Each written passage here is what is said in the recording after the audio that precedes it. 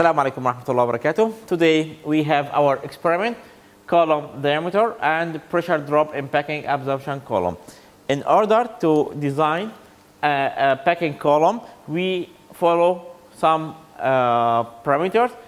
First, we select the solvent for the gas we want to absorb, select the packing type, calculation the minimum solvent flow rate and actual solvent flow rate, and then column diameter, design the column diameter, then after that design the height of column, and then design the external parts like a solvent, gas distributions, gas nozzles, and support all these things. So diameter of the column is our target today. So in order to design the column diameter, we have to determine the maximum gas velocity in the absorption column. So it's very important because if I have higher gas absorption velocity, it will have resistance through the column itself, and so it will be, if I have a packing, okay, and the fluid come from top, flow down, and then a gas come from down. If the gas is too high, then it will be resist the flowing of the fluid down, and it decrease the flow, the mass transfer, and also it will increase the pressure drop to the column. When the gas flow rate is higher or too high, so then the fluid will be fill the packing, okay, and it leads to something called loading, okay, until reach a point that fluid can't more go down, so and the gas has to bubble through the liquid, and at this point it will be flooding, so gas will be bubble through the fluid. At this point liquid will fill up. So if I have a column, okay, then we have a packing, so fluid will be start accumulated and fill the column, and then the pressure drop will be too high until it may crash and damage the packing. So today experiment, we need to define the flooding velocity and also to determine, in order to determine the optimum gas velocity. So we will conduct the experiment in trials, different trials. The first trial will have the gas only without any liquid. That means I have dry packing, okay, dry packing. So when the gas increase through the packing, the pressure drop will increase. So if I have the log G, mass velocity, and we have the log delta pressure per unit length, then I have a line, continuous line. So this is for the dry packing, and it's our first experiment. After that, the second experiment, we will start at fixed water flow rate.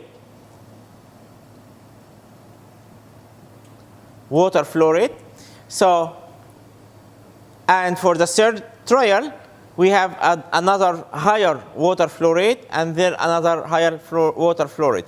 Of course, when you want to repeat this experiment in the industry, the water flow rate will be your liquid phase, so it may be your solvent. But here we'll use only water because our target only to check, to prove the principles. So the slope will be almost similar to dry packing until a point. This point, the slope will change. This point is the loading point.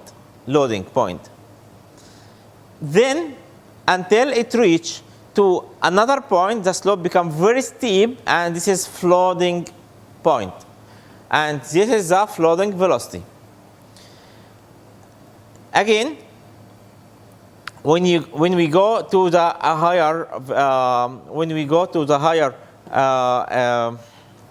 speed, higher flow rate, water flow rate, as you can see now, the flooding, the loading point and flooding point happens at lower water lower air gas speed. So this is the gas speed, okay? So it will happen or occurs at lower gas speed. Again, when we increase the liquid flow rate more, so the loading and flooding will happen at less gas speed. So now this is our experiment, and we will go for the real experiment to show how we can do the experiment now. This is the experiment. This is gas absorption column. Here we have a packing in the column. This is glass column. We have a flow meter, one for the water and one from the gas. For the air, it is a pump. And we have manometer that's connected to the bottom of the column and top of the column.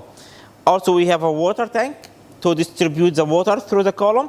And we have a pump for the water, and we have also another pump for the air. So now we will start the experiment on, okay, and the air is on, okay. So now the air is going through the packing. So as I increase the air flow rate,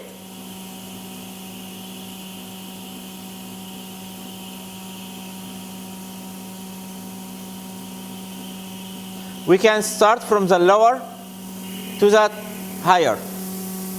So as air increase, it will be lead to more friction and more pressure drop. And you can notice the difference here. So you can take several readings, increase the flow rate, and take the manometer reading. And it will be my first experiment. For the second experiment, so I will start from 0 again and allow water pump. This is water pump.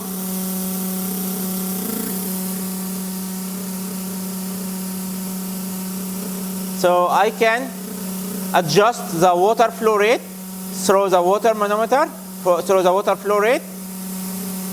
This is rotometer. Now, as you can see, the water is coming from the top to down. Okay. Now we increase the air flow rate and take the pressure drop. And again, increase the flow rate, gas flow rate, and take the pressure drop. And again, increase the flow rate and take the pressure drop. So this is the second trial. Third trial, increase again the flow rate of water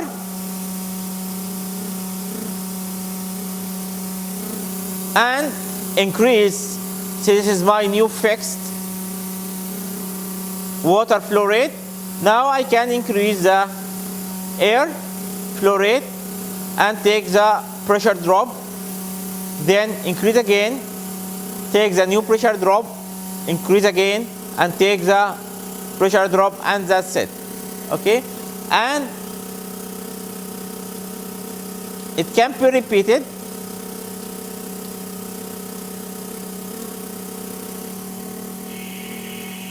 Okay.